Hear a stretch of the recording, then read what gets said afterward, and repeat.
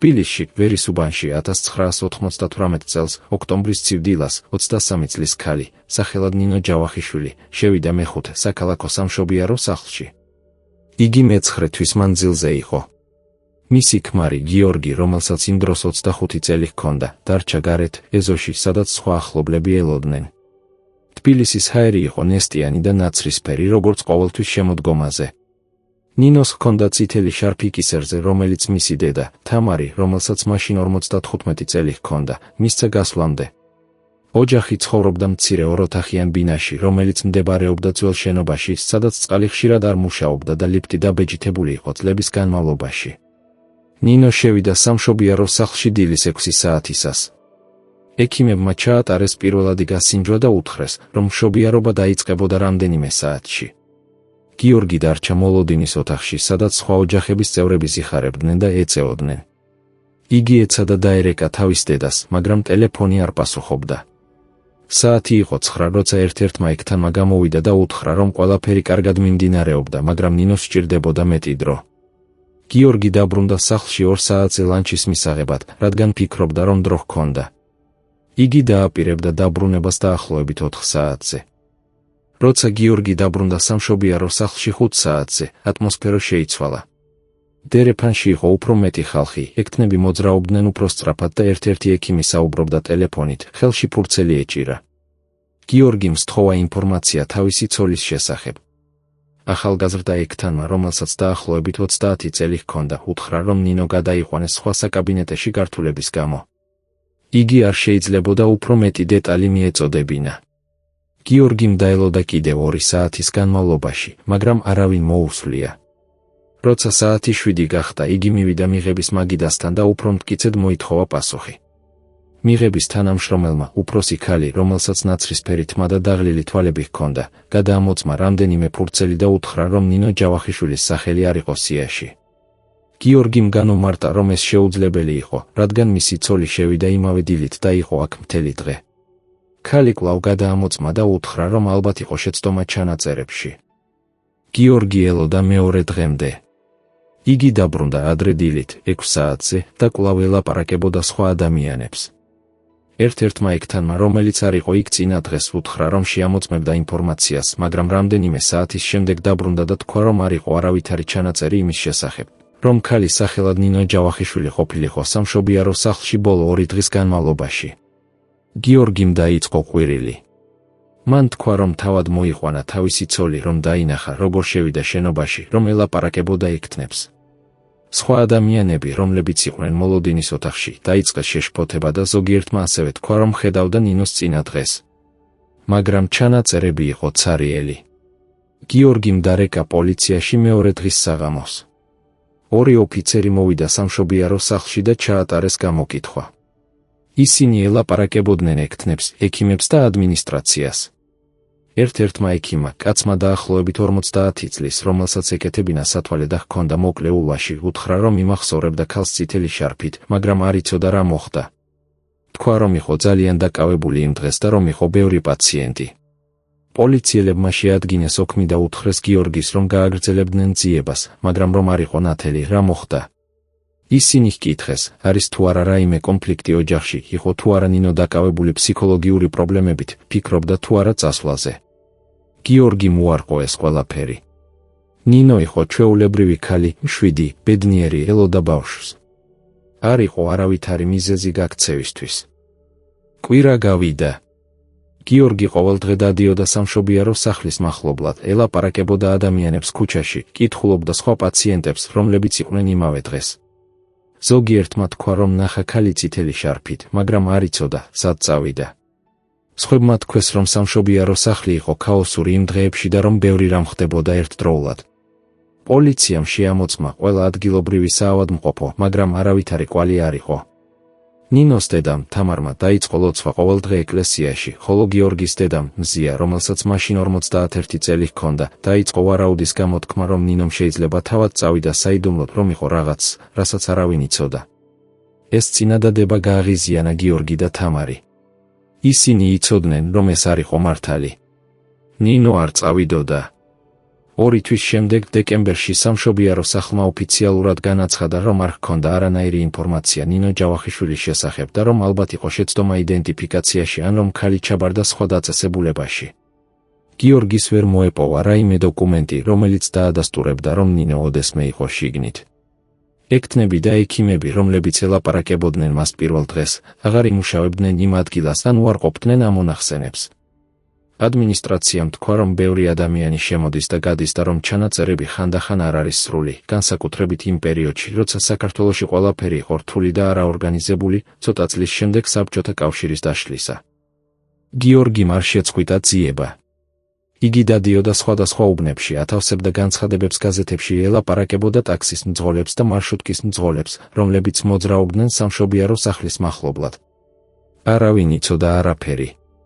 რამდენიმე ადამიანი უთხრა, რომ ნახა ქალი წითელი შარფით, მაგრამ არ იყო დარწმუნებული, იყო თუ არა ეს ნინო. დრო გადიოდა. გიორგი გახდა უფრო წყნარი და უფრო დახურული. იგი აგრძელებდა მუშაობას მშენებლობაზე, მაგრამ ხშირად აკლდებოდა დღეები, რადგან დადიოდა ქალაქში და ეძებდა რაიმე კვალს. მისი დედა, მზია, ეცადა დაერწმუნებინა, რომ გაეგრძელებინა ცხოვრება, მაგრამ გიორგი ვერ აღიქონდა იდეას, რომ ნინო უბრალოდ გაქრა. 1999 წელს, მარტში, 8 თვის შემდეგ, მოხდა ერთი უცნაური რამ. გიორგის მოუტანეს წერილი სახლის მისამართზე. წერილი იყო მოკლე და ხელით დაწერილი და ის ამბობდა, შენი ვაჟი ცხოვრობს. ნუ ეძებ მეც, არ იყო ხელმოწერა და არ იყო უკან მიმავალი მისამართი. გიორგიმ წაიღო ეს წერილი პოლიციაში. პოლიციელებმა უთხრეს, რომ შეეცდებოდნენ გამოძიებას, მაგრამ რომ ძალიან ბევრი ასეთი წერილი იყო იმ დროს, ბევრი ზღაპარი და ვარაუდი და რომ არ შეიძლებოდა ყველას რწმენა. გიორგი არ იცოდა, როგორ უნდა ეგრძნო. წერილი ამბობდა ვაჟი, მაგრამ ნინომ არ იცოდა, იყო თუ არა ბიჭი თუ გოგო. ულტრაბგერა, რომელიც ჩაუტარდა 2 თვით ადრე, არ იყო ნათელი. ექიმებმა უთხრეს, რომ იყო შესაძლებლობა, რომ იყო ვაჟი, მაგრამ არ იყვნენ დარწმუნებულნი. წერილმა შეცვალა რაღაც გიორგის შიგნით. იგი დაიწყო ფიქრი, რომ შეიძლება ნინო მართლაც გადაერჩა, მაგრამ იყო საიდუმლოდ გატანილი ან წაყვანილი სადღაც და რომ მისი შვილი იყო ცოცხალი. მაგრამ ეს ასევე ნიშნავდა, რომ ვინმე იცოდა რაღაც და არ ელაპარაკებოდა. გიორგიმ დაიწყო ახალი ტიპის ძიება. იგი დაიწყო საუბარი ადამიანებთან, რომლებიც მუშაობდნენ არალეგალურ შვილადაყვანის საქმეში იმ დროს, რადგან ეს იყო ცნობილი პრობლემა საქართველოში 90-იან წლებში. ბევრი ბავშვი გაიყიდა ან იქნა გაცემული ახალ ოჯახებში უკანონო გზით. გიორგიმ მოესმინა ისტორიები ქალების შესახებ, რომლებიც დაბადეს ბავშვი და მათ უთხრეს, რომ ბავშვი გარდაიცვალა, მაგრამ სინამდვილეში გაიყიდა. მან მოესმინა ისტორიები ექიმების შესახებ, რომლებიც ჩართულნი იყვნენ ამ სქემებში. მაგრამ არაფერი უწყობდა ხელს.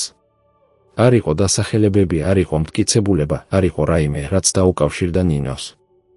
წლები გავიდა. 2004 წელს გიორგიმ შეხვდა სხვა ქალს, სახელად ნანა, რომელსაც იმ დროს 28 წელი ჰქონდა და ისინი დაქორწინდნენ. მზიამ, გიორგის დედამ მხარი დაუჭირა ამას, თუმცა თამარმა, ნინოს დედამ, შეწყვიტა ლაპარაკი გიორგისთან.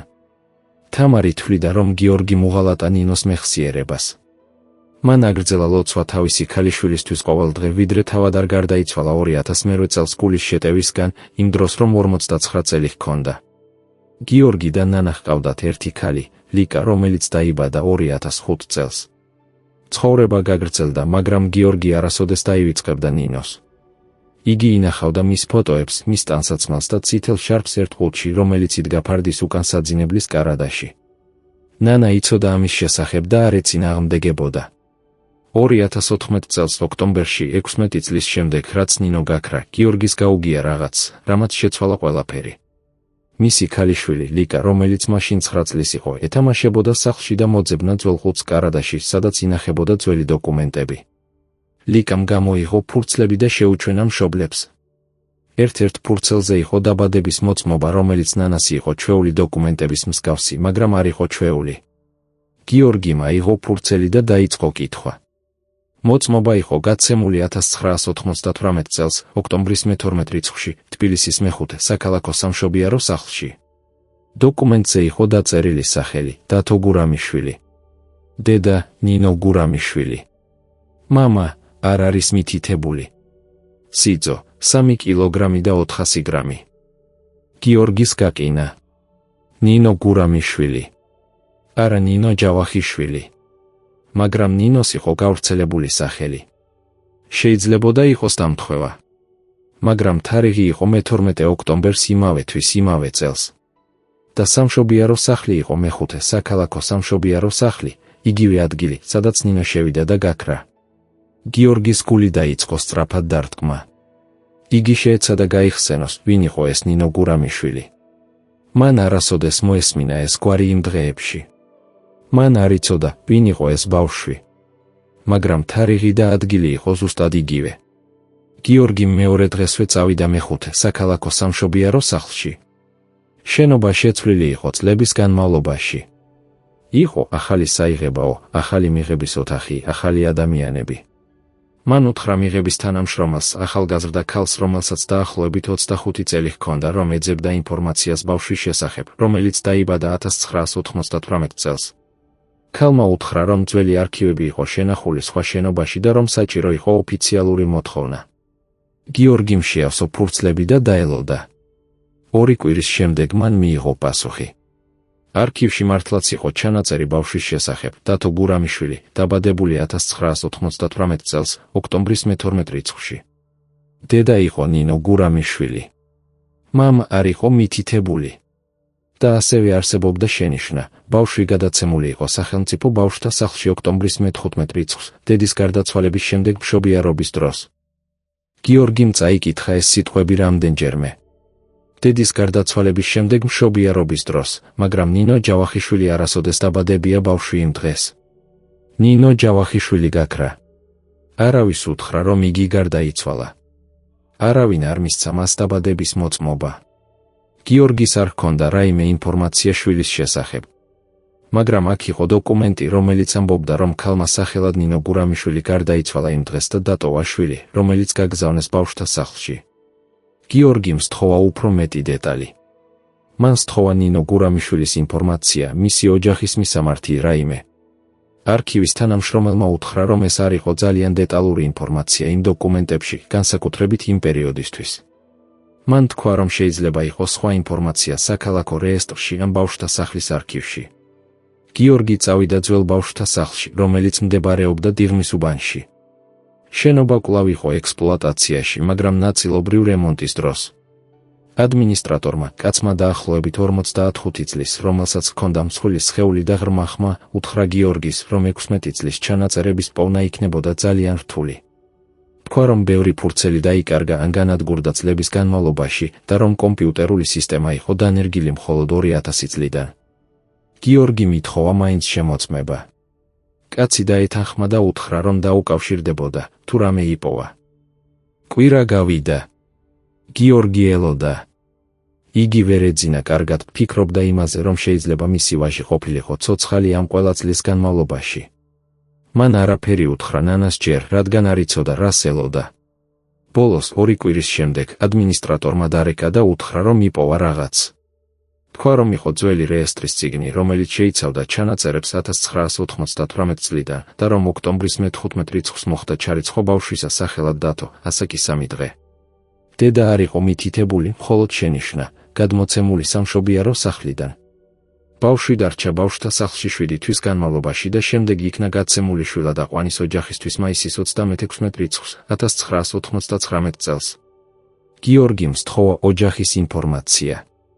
ადმინისტრატორმა უთხრა, რომ ეს იყო კონფიდენციალური ინფორმაცია და რომ არ შეეძლო მისი გამჟღავნება უბრალოდ. გიორგიმ განუმარტა თავისი ისტორია, თქვა, რომ მისი ცოლი გაქრა იმავე დღეს, რომ ეჭვი ჰქონდა, რომ ეს შეიძლება იყოს მისი შვილი. კაცმა თქვა, რომ ესმოდა, მაგრამ რომ არ შეეძლო დახმარება ოფიციალური გამოძიების გარეშე. თქვა, რომ გიორგის უნდა ეწვია პოლიციაში და ეთხოვა ახლიდან გახსნა საქმე და შემდეგ თუ პოლიცია მოითხოვდა, იქნებოდა შესაძლებელი ინფორმაციის გაცემა. გიორგი წავიდა პოლიციაში. დაჯდა ოფიცერთან, რომელსაც დაახლოებით 25 წელი ჰქონდა და ძალიან დაღლილი ჩანდა. გიორგიმ განმარტა ყველაფერი, როგორ გაქრა ნინო 1998 წელს, როგორ ეძებდა მას, როგორ მიიღო წერილი, რომელიც ამბობდა, რომ ვაჟი იყო ცოცხალი და როგორ იპოვა ახლა დაბადების მოწმობა და ჩანაწერები ბავშვთა სახლიდან. ოფიცერმა მოусმინა და თქვა, რომ ეს იყო რთული სიტუაცია. მან თქვა, რომ 16 წლის შემდეგ მტკიცებულების პოვნა იქნებოდა ძალიან რთული და რომ ბევრი ადამიანი, ვინც იყო ჩართული იმ დროს, შეიძლება აღარ იყოს მიჯდომელი ან გარდაცვლილი. მაგრამ თქვა, რომ ცადა. დაწერა ყველაფერი და უთხრა გიორგის, რომ დაელოდა. თვე გავიდა. გიორგი ელოდა და ფიქრობდა. იგი იწყებდა იმის რწმენას, რომ ნინო მართლაც გარდაიცვალა იმ დღეს და რომ ვინმე შეცვალა მისი ინფორმაცია დოკუმენტებში, იქნებ იმისთვის, რომ გაეყიდა ბავშვი. მაგრამ რატომ? და ვინ? და სად იყო ნინოს სხეული? გიორგი არასოდეს მიიღო შეტყობინება მისი გარდაცვალების შესახებ. არავითარი დოკუმენტი. არაფერი. ის უბრალოდ გაქრა. ოფიცერმა ბოლოს დარეკა და უთხრა, რომ გამოიძია ყველაფერი, რაც შეეძლო. მან თქვა, რომ ნახა დაბადების მოწმობა და ბავშვთა სახლის ჩანაწერები და რომ დაუკავშირდა სამშობიარო სახლს. სამშობიარო სახლმა თქვა, რომ 1998 წელს იყო ბევრი პრობლემა ადმინისტრაციასთან, რომ ბევრი ჩანაწერი იყო არასრული ან არასწორი და რომ შეუძლებელი იყო დადასტურება, იყო თუ არა ნინო გურამიშვილი იგივე პიროვნება, როგორც ნინო ჯავახიშვილი. ოფიცერმა ასევე უთხრა, რომ მან ვერ იპოვა რაიმე ინფორმაცია ნინო გურამიშვილის ოჯახის ან ფონის შესახებ. გვარი გურამიშვილი იყო საკმაოდ გავრცელებული. შეიძლებოდა იყოს ყალბი გვარი. ოფიცერმა თქვა, რომ ცდილობდა ასევე დაედგინა შვილად მიმღები ოჯახის ინფორმაცია, მაგრამ ბავშვთა სახლმა უთხრა, რომ ეს იყო კონფიდენციალური და რომ მხოლოდ სასამართლოს გადაწყვეტილებით შეიძლებოდა გამჟღავნება. ოფიცერმა რეკომენდაცია გაუწია გიორგის, რომ მიემართა იურისტისთვის და ცადა სასამართლოში წარდგენა თხოვნა, თუ მართლა ჰგონა, რომ ეს იყო მისი შვილი. გიორგიმ შეიძინა იურისტი, ქალი, რომელსაც დაახლოებით 40 წელი ჰქონდა და რომელმაც მუშაობა აქვს ოჯახის საქმეებში. ქალმა თქვა, რომ ეს იყო რთული შემთხვევა, რადგან ძალიან დიდი დრო გავიდა და რომ არ იყო პირდაპირ მტკიცებულება, რომ ნინო გურამიშვილი იყო იგივე, რაც ნინო ჯავახიშვილი, ან რომ დათო იყო გიორგის შვილი. მაგრამ თქვა, რომ ცადა. შეადგინა პეტიცია სასამართლოსთვის და მოითხოვა გახსნა შვილად მიმღები ოჯახის ინფორმაცია და ასევე დმის ტესტის ნებართვა, თუ შესაძლებელი იყო დათოს პოვნა. სასამართლო პროცესი გრძელდებოდა 8 თვის განმავლობაში. გიორგი დასწრებოდა ყველა სესიას. იურისტმა წარმოადგინა ყველა ინფორმაცია, დაკარგული პირის ანგარიში 1998 წლიდან, დაბადების მოწმობა დათო გურამიშვილის, ბავშვთა სახლის ჩანაწერები, თარიღების დამტყვევა. მოსამართლემ, კაცმა დაახლოებით 50 წლის, რომელიც ძალიან სერიოზული ჩანდა, მოусმინა ყველაფერს და თქვა, რომ გადაწყვეტილების მიღებამდე უნდა შეეხედა ყველა მტკიცებულებას. ბავშვთა სახლის წარმომადგენელმა თქვა, რომ ისინი არ ეწინააღმდეგებოდნენ ინფორმაციის გაცემას, თუ სასამართლო მათ ავალდებულებდა. ამის შემდეგ მოსამართლემ გადაწყვიტა, რომ ბავშვთა სახლმა უნდა გაამჟღავნოს შვილად მიმღები ოჯახის ინფორმაცია და რომ თუ ოჯახი და დათო დაეთანხმებოდნენ, შეიძლება ჩატარდეს დმის ტესტი. ბავშვთა სახლმა მიაწოდა ინფორმაცია. ოჯახის გვარი იყო ქეთიაშვილი. ისინი ცხოვრობდნენ ბათუმში, სამხრეთ-დასავლეთ საქართველოში, ზღვის პირას. ოჯახი შედგებოდა დედისგან, მერაბისგან და მამისგან, ლევანისგან, ორივე იმ დროს 25 წლის, რომლებსაც არ შეეძლოთ საკუთარი ბავშვის ყოლა და გადაწყვიტეს შვილად აეღოთ. ისინი აიღეს დათო, როცა ის იყო 8 თვის და დაარქვეს ახალი სახელი ლუკა. ლუკა გაიზარდა ბათუმში და ახლა იყო 16 წლის. იგი დადიოდა საშუალო სკოლაში და ცხოვრობდა ჩვეულებრივი ცხოვრებით. იურისტმა დაუკავშირდა ქეთიაშვილების ოჯახს. დაიწყო რთული საუბრები. მერაბ და ლევან თავდაპირველად არ სურდათ თანამშრომლობა. მათ ეშინოდათ, რომ დაკარგავდნენ შვილს, რომელიც გაზარდეს 15 წლის განმავლობაში. მაგრამ მოსამართლემ უთხრა, რომ ამ საქმემ არ უნდა ჩაითვალოს როგორც მცდელობა ბავშვის წაღების, არამედ როგორც ძიება სიმართლისა და რომ დმის ტესტი დაეხმარებოდა ყველას იმის გაგებაში, რა მოხდა. მერაბ და ლევანმა ბოლოს დაეთანხმნენ, მაგრამ მოითხოვეს, რომ ყველაფერი გაკეთდეს მგრძნობიარედ და რომ ლუკას არ ეყო ტრავმა. დმის ტესტი ჩატარდა 2015 წელს, დეკემბერში. გიორგიმ მისცა სისხლის ნიმუში და ლუკამ ასევე. ლუკა იყო მაღალი ახალგაზრდა, თხელი, ღია თმის, მწვანე თვალებით. გიორგიმ დაინახა იგი პირველად სამედიცინო ლაბორატორიაში და ვერ იცნო რაიმე მსგავსება. მაგრამ ლუკა ჩანდა მშვიდი, თუმცა დაბნეული. მერაბ და ლევან იყვნენ მასთან ერთად და უცქეროდნენ გიორგის ფრთხილად. 2 კვირის შემდეგ მოვიდა შედეგები. დმის ტესტმა დაადასტურა, რომ ლუკა ქეთიაშვილი იყო ბიოლოგიური შვილი გიორგის. სიზუსტე იყო 99%-ზე მეტი.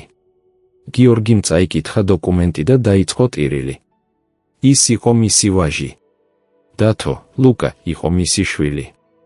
შვილი, რომელსაც არასოდეს ენახა, რომელსაც არასოდეს ეჭირა ხელები, რომელსაც არასოდეს უთქვა მსხამის წილი, იყო ცოცხალი და გაზრდილი ბათუმში, სხვა ოჯახში. იურისტმა უთხრა გიორგის, რომ ეს არ ნიშნავდა, რომ ლუკა ავტომატურად დაბრუნდებოდა მასთან. თქვა, რომ ლუკა იყო 16 წლის და რომ მას ჰქონდა უფლება გამოეთქვა აზრი თავისი მომავლის შესახებ. ასევე თქვა, რომ მერაბ და ლევან იყვნენ იურიდიულად მშობლები, რადგან შვილად-აყვანა იყო ოფიციალურად რეგისტრირებული 1999 წელს. გიორგის ჰქონდა უფლება ეთხოვა კონტაქტი თავის შვილთან, მაგრამ არ შეეძლო იძულება. გიორგიმ სთხოვა შეხვედრა ლუკასთან. მერაბ და ლევანმა თავდაპირველად არ სურდათ, მაგრამ ლუკამ თავად თქვა, რომ სურდა შეხვედრა. ისინი შეხვდნენ კაფეში თბილისში, იანვარში 2016 წელს. გიორგიმ ჩააცვა საუკეთესო ტანისამოსი, რომელიც ჰქონდა, და აიღო პატარა ფოტო ნინოსი, რომელიც უნდოდა აეჩვენებინა ლუკას. კაფე იყო მცირე, თბილი ადგილი, სადაც არ იყო ბევრი ადამიანები. ლუკა შემოვიდა თავისი მშობლებით. იგი ჩანდა ნერვული. გიორგი არ იცოდა როგორ დაეწყო. იგი უთხრა ლუკას, რომ ბოდიშს უხდიდა, რომ მან და მისმა დედამ არ იცოდნენ რა მოხდა, რომ ისინი ეძებდნენ მას ყველა ამ წლის განმავლობაში, ფიქრობდნენ, რომ ის არ იყო ცოცხალი. ლუკა უყურებდა მას წყნარად და არ ამბობდა რაღაც. მერაბმა, რომელსაც ახლა 45 წელი ჰქონდა, ჩაერია და თქვა, რომ ესმოდა გიორგის ტკივილი, მაგრამ რომ ლუკა იყო მათი შვილი 15 წლის განმავლობაში და რომ ისინი ყოფილან ყველაფერი მისთვის. ლევანმა ასევე 45 წლის დაამატა, რომ ისინი არასოდეს უთქვამთ სიმართლე ლუკას მის წარმოშობაზე, რადგან ეშინოდათ, რომ ეს დააზიანებდა მას. ლუკა ბოლოს ილაპარაკა. მან თქვა, რომ არ იცოდა როგორ უნდა ეგრძნო. თქვა, რომ მთელი ცხოვრება ფიქრობდა, რომ მერაბი და ლევანი იყვნენ მისი ბიოლოგიური მშობლები და რომ ახლა ყველაფერი იყო დამბნეველი. თქვა, რომ უყვარდა თავისი ოჯახი, მაგრამ რომ ასევე სურდა ეცოდინა სიმართლე მისი დედის შესახებ. გიორგიმ აჩვენა ლუკას ფოტო ნინოსი. ფოტო იყო თბილისში აღებული ზაფხულში 1987 წელს, სადაც ნინო იდგა მდინარის პირას და იცინოდა. ლუკამ აიღო ფოტო და უყურა ხნის განმავლობაში. თქვა, რომ იგი ჰგავდა მას ცოტა ღია თვალებში. გიორგიმ უთხრა ლუკას ყველაფერი, რაც იცოდა, როგორ შეხვდა ნინოს, როგორ დაქორწინდნენ, როგორ ელოდნენ ბავშვს, როგორ შევიდა ნინო სამშობიარო სახლში და როგორ გაქრა. ლუკა უსმენდა ყურადღებით. როცა გიორგი დაასრულა, ლუკამ ჰკითხა, და შენ ფიქრობ რა მოხდა? გიორგიმ თქვა, რომ არ იცოდა ზუსტად, მაგრამ რომ ეჭვი ჰქონდა, რომ ვინმე შეცვალა ინფორმაცია დოკუმენტებში, რომ ალბათ ნინო გარდაიცვალა მშობიარობის დროს და ვინმე გადაწყვიტა შენახვა ეს ფაქტი საიდუმლოდ, რათა მოეხდინა ბავშვის გაყიდვა ან უბრალოდ დაემალა შეცდომა. ლუკამ ჰკითხა, და სხეული? გიორგიმ თქვა, რომ არ იცოდა. შეიძლება ჩატარდა დაკრძალვა უიდენტიფიკაციოდ, შეიძლება რაღაც სხვა. ის არ იცოდა. შეხვედრა დასრულდა მწუხარედ. ლუკამ თქვა, რომ სჭირდებოდა დრო ყველაფრის გააზრებისთვის. მერაბმა და ლევანმა უთხრეს გიორგის, რომ პატივს სცემდნენ მის ტკივილს, მაგრამ რომ ელოდნენ, რომ ის არ ცდილობდა ძალადობით შეწყვეტას ლუკას ცხოვრებაში. გიორგიმ დაეთანხმა. იგი თქვა, რომ არ სურდა ლუკას გაჭირვება, რომ უბრალოდ სურდა ეცოდინა ეს სიმართლე და იქნებ ჰქონოდა რაღაც კავშირი.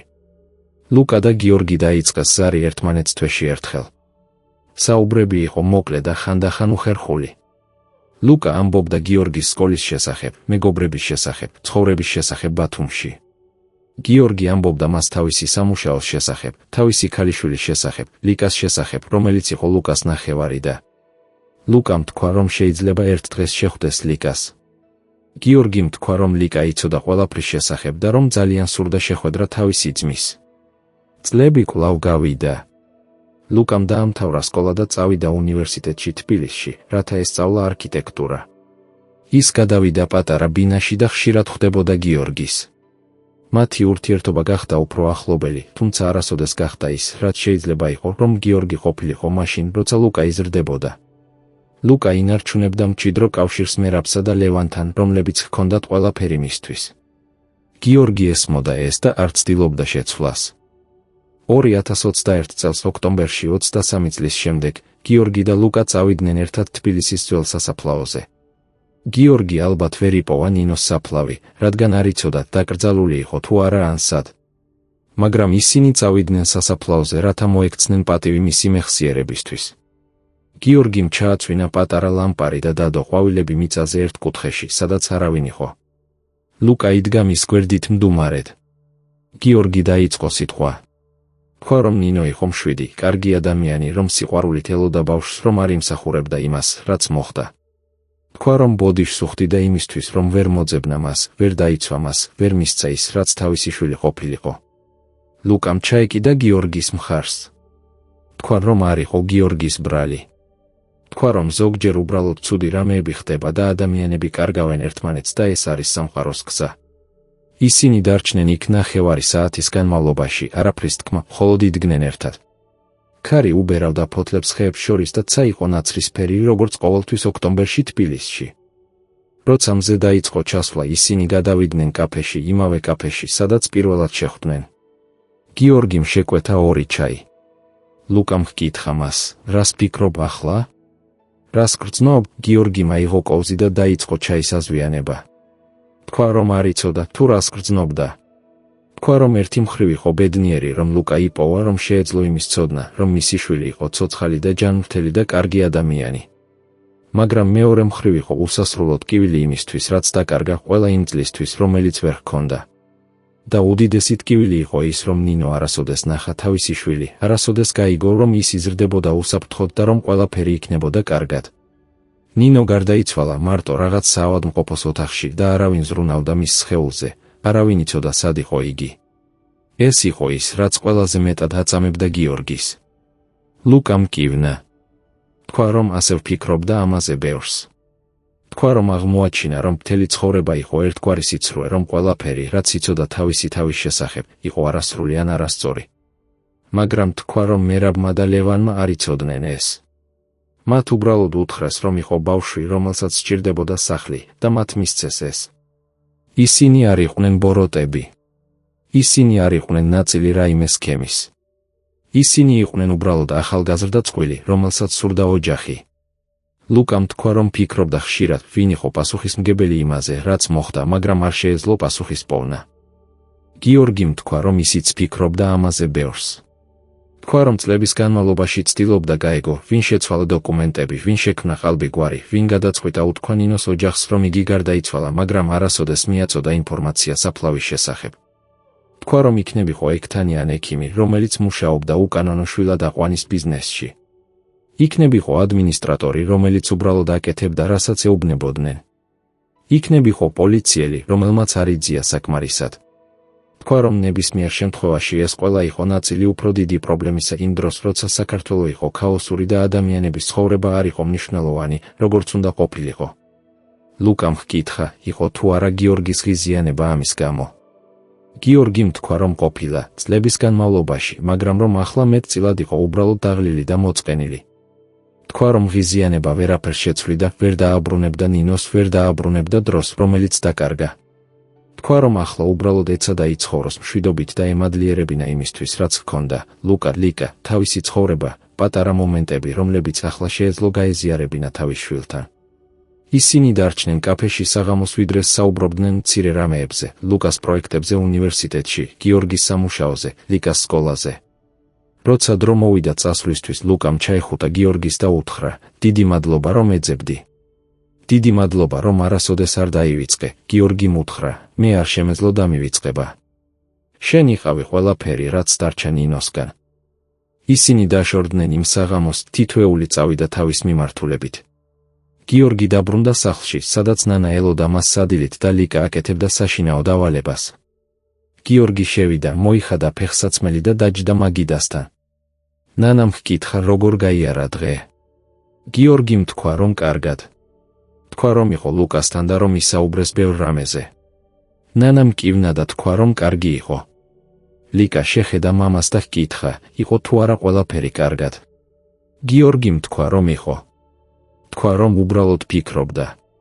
ლიკა იყო 16 წლის ახლა, იმავე ასაკის, როცა გიორგიმ შეხვდა ლუკას პირველად. იგი იყო გონიერი გოგონა, მგრძნობიარე, რომელიც ესმოდა, როცა რაღაც აწუხებდა მის მამას. მან სთხოვა, მამა, მე შემიძლია დავსვა შეკითხვა. გიორგიმ თქვა, რა თქმა უნდა. ლიკამ ჰკითხა, შენ ფიქრობ რომ ნინო იცოდა, თუ რა მოხდებოდა? იფიქრებდა, თუ რომ მისი შვილი იზრდებოდა სხვა ადამიანებთან. ეშინოდა? გიორგიმ გაჩერდა. იგი ფიქრობდა ამ შეკითხვაზე ბევრჯერ, მაგრამ არავის ჰკითხა ასე პირდაპირ. თქვა, არ ვიცი. ფიქრობ, რომ ნინო შეიძლება იცოდა, რომ რაღაც არ იყო კარგად, მაგრამ არ იყო დრო რამის გაკეთებისთვის. ფიქრობ, რომ ის ცდილობდა დარჩენას ცოცხალი იმისთვის, რომ დაენახა თავისი შვილი, მაგრამ ვერ შეძლო. და ეს არის ყველაზე სამწუხარო ნაწილი. ლიკამ კივნა და დაბრუნდა თავის დავალებას. გიორგიმ შეჭამა ნელა, ფიქრობდა იმაზე, რაც ლიკამ უთხრა. შემდეგ წავიდა საძინებელში და გამოიღო ძველი 5 კარადიდან. გამოიღო წითელი შარფი, რომელიც ნინომ ეცვა იმ დილით, როცა შევიდა სამშობიარო სახლში და დაიჭირა ხელში.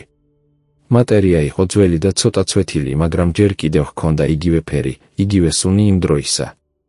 გიორგიმ შეეხო შარფს თავის სახეზე და დახუჭა თვალები. ფიქრობდა იმაზე, თუ როგორ იქნებოდა, რომ ნინო არ გაქრებოდა, რომ ისინი გაზრდიდნენ ლუკას ერთად, რომ ყველაფერი იქნებოდა ნორმალური. მაგრამ ეს არ მოხდა.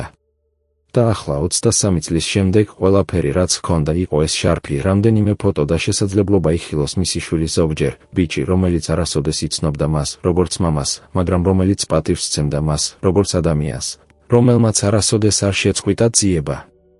გიორგიმ დააბრუნა შარფი ყუთში და დახურა კარადა.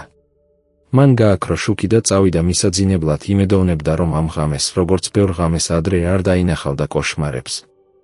მეორე დღეს, როცა გიორგი იყო სამუშაოზე, მან მიიღო ზარი ლუკასგან. ლუკამ უთხრა, რომ მას სურდა ეთქვა რაღაც. თქვა, რომ ბოლო კვირის განმავლობაში ბევრს ფიქრობდა თავისი ბიოლოგიური დედის შესახებ და თავისი ცხოვრების შესახებ და რომ გააცნობიერა რაღაც მნიშვნელოვანი. თქვა, რომ მიუხედავად იმისა, რომ არ ეცნობოდა ნინოს, მაინც გრძნობდა კავშირს მასთან, რადგან იყო ნაწილი მისი, რადგან მისი არსებობა იყო შედეგი მისი სიცოცხლის და მისი სურვილის, რომ ჰყოლოდა შვილი. ლუკამ თქვა, რომ გადაწყვიტა შეეცვალა თავისი სრული სახელი ოფიციალურად და დაემატებინა სახელი დათო როგორც მეორე სახელი, იმისთვის რომ პატივი სცეს იმას, რასაც ნინო მისცა მას იმ მოკლე დროში, რომელიც იყო მათთან ერთად. გიორგი დუმდა რამდენიმე წამის განმავლობაში. შემდეგ თქვა, ეს არის ძალიან კარგი რამ. მე ვფიქრობ, რომ ნინო იქნებოდა ბედნიერი, ლუკამ თქვა, მე ასევე ვფიქრობ ასე. და მინდა გითხრა, რომ მიუხედავად იმისა, რომ ჩვენი ურთიერთობა არ არის ის, რაც შეიძლება იყო, მაინც აფასებ იმას, რაც გააკეთე ჩემთვის. შენ მომეცი პასუხები, რომლებიც მჭირდებოდა და მომეცი შესაძლებლობა ვიცოდე, სადა მოვდივარ. ეს ბევრს ნიშნავს, გიორგიმ თქვა, მე მხოლოდ შევეცადე გამეკეთებინა ის, რაც სწორი იყო. ვინმე უნდა გაეკეთებინა. ისინი დაამთავრეს ზარი და გიორგი დაბრუნდა სამუშაოზე. მაგრამ იმ დღის დანარჩენ ნაწილში იგი ფიქრობდა იმაზე, რაც ლუკამ უთხრა. ფიქრობდა იმაზე, რომ იქნებ ბოლოს და ბოლოს, მთელი ეს ტკივილი, მთელი ეს წლები ძიების, მთელი ეს უპასუხო კითხვები არ იყო სრულიად ზედმეტი. იქნებ იყო რაღაც მნიშვნელობა იმაში, რომ ლუკა ახლა იცოდა თავისი წარმოშობა, იცოდა, რომ იყო ადამიანები, რომლებსაც ურჩევნია იგი, რომლებმაც არასოდეს არ დაივიწყეს. იქნებ ეს იყო მცირე ნაწილი სიმართლისა ქაოტურ სამყაროში, სადაც ბევრი რამ რჩება უპასუხოდ. საღამოს, როცა გიორგი დაბრუნდა სახლში, ნახა, რომ ლიკა ზიხარებდა სამზარეულოში ნანასთან ერთად. ისინი ამზადებდნენ ხაჭაპურს, ტრადიციულ ქართულ საჭმელს, რომელიც იყო ერთ-ერთი საყვარელი საკვები გიორგისი. ლიკამ უთხრა, მამა, ჩვენ გავაკეთეთ შენთვის, რადგან ვიცით, რომ ბოლო დღეები რთული იყო. გიორგიმ ჩაეხუტა თავის ქალიშვილს და უთხრა, რომ დიდი მადლობა. იგი დაჯდა მაგიდასთან და შეჭამა ნელა, გემოვნებდა ყოველ ნაწილს, აფასებდა იმ ფაქტს, რომ მას ჰქონდა ოჯახი, რომელიც ზრუნავდა მასზე, მიუხედავად ყველაფრისა. იმ ღამეს გიორგიმ ისევ ოცნება ნახა ნინოს შესახებ. მაგრამ ეს ოცნება იყო განსხვავებული ადრინდელისგან. ამ ოცნებაში ნინო იდგა სადღაც მშვიდ ადგილას, გარშემორტყმული შუქით და იგი ეღიმებოდა. გიორგიმ ჰკითხა მას ოცნებაში, სად ხარ? კარგად ხარ? ნინომ მკივნა და უთხრა, მე ვარ სადღაც, სადაც აღარ მტკივა. და მე ვიცი ჩვენი შვილის შესახებ. მე ვიცი, რომ შენ იპოვე იგი. დიდი მადლობა, გიორგიმ სთხოვა, მე ბოდიშს ვუხდი, რომ ვერ დაგიცავ. ბოდიშს ვუხდი, რომ ყველაფერი ასე მოხდა, ნინომ თქვა, არ არის შენი ბრალი. ზოგჯერ რამეები უბრალოდ ხდება. მაგრამ შენ გააკეთე ყველაფერი, რაც შეგეძლო. და ეს არის საკმარისი. გიორგი გაიღვიძა იმ ღამეს ცრემლებით, მაგრამ არა იმ სახის ცრემლებით, რომლებიც იყო წლების განმავლობაში. ეს იყო ცრემლები რაღაც სხვა რამის, შეიძლება გათავისუფლების, შეიძლება მიღების. იგი წამოდგა, წავიდა სამზარეულოში, დალია წყალი და იდგა ფანჯარასთან, უყურებდა თბილისის ღამის განათებას. ქალაქი ძინავდა, მაგრამ არასოდეს სრულად. ყოველთვის იყო რაღაც მოძრაობა, რაღაც ცხოვრება, რაღაც გაგრძელება. და გიორგი მიცოდა, რომ მისი ცხოვრება ასევე გაგრძელდებოდა, მიუხედავად ყველა დანაკარგისა, მიუხედავად ყველა ტკივილისა. დღეს 2024 წელს გიორგი არის 50 წლის. ლუკა არის 26 წლის და მუშაობს როგორც არქიტექტორი თბილისში. მას აქვს კარგი ურთიერთობა გიორგისთან და ლიკასთან, მიუხედავად იმისა, რომ მისი მთავარი ოჯახი რჩება მერაბი და ლევანი, რომლებიც ახლა 70 წლის არიან და პენსიაზე არიან ბათუმში. გიორგი ჯერ კიდევ მუშაობს მშენებლობაზე, ცხოვრობს ნანასთან და ლიკასთან, რომელიც ახლა იწყებს უნივერსიტეტს.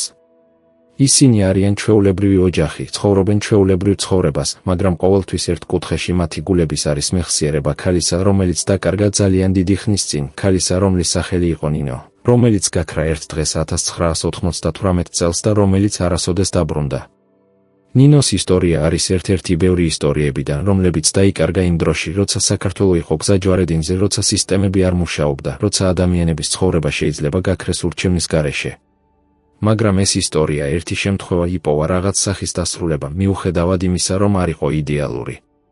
გიორგი მიპოვა თავისი შვილი, ლუკა მიპოვა თავისი წარსული და ორივე მისწავლა ცხოვრება იმ რეალობასთან, რომელიც მათ არ შეუძლიათ შეცვლა. რაც შეეხება ნინოს, არავინ არ იცის ზუსტად რა მოხდა მასთან იმ დღეს, ოქტომბრის 11 რიცხვს 1998 წელს. არავინ არ იცის, სად არის მისი საფლავი, თუ საერთოდ არის. არავინ არ იცის, ვინ შეცვალა მისი სახელი დოკუმენტებში, ვინ გადაწყვიტა მისი არსებობის წაშლა. ეს კითხვები დარჩება უპასუხოდ სამუდამოდ, როგორც ბევრი კითხვა იმ პერიოდიდან. მაგრამ რაც არის ცნობილი ის არის, რომ ნინო ჯავახიშვილი იყო ადამიანი, რომელსაც უყვარდა, რომელსაც ეძებდნენ და რომელსაც არასოდეს დაივიწყებდნენ. და იქნებ ბოლოს და ბოლოს ეს არის ყველაზე მნიშვნელოვანი რამ, რაც ადამიანს შეუძლია იმედოვნოს, რომ როცა ისინი წავლენ, იქნება ვინმე, ვინც იმახსოვრებს მათ, ვინც დატირებს მათ და ვინც გააგრძელებს მათ სახელს ცოცხალს თავის გულში.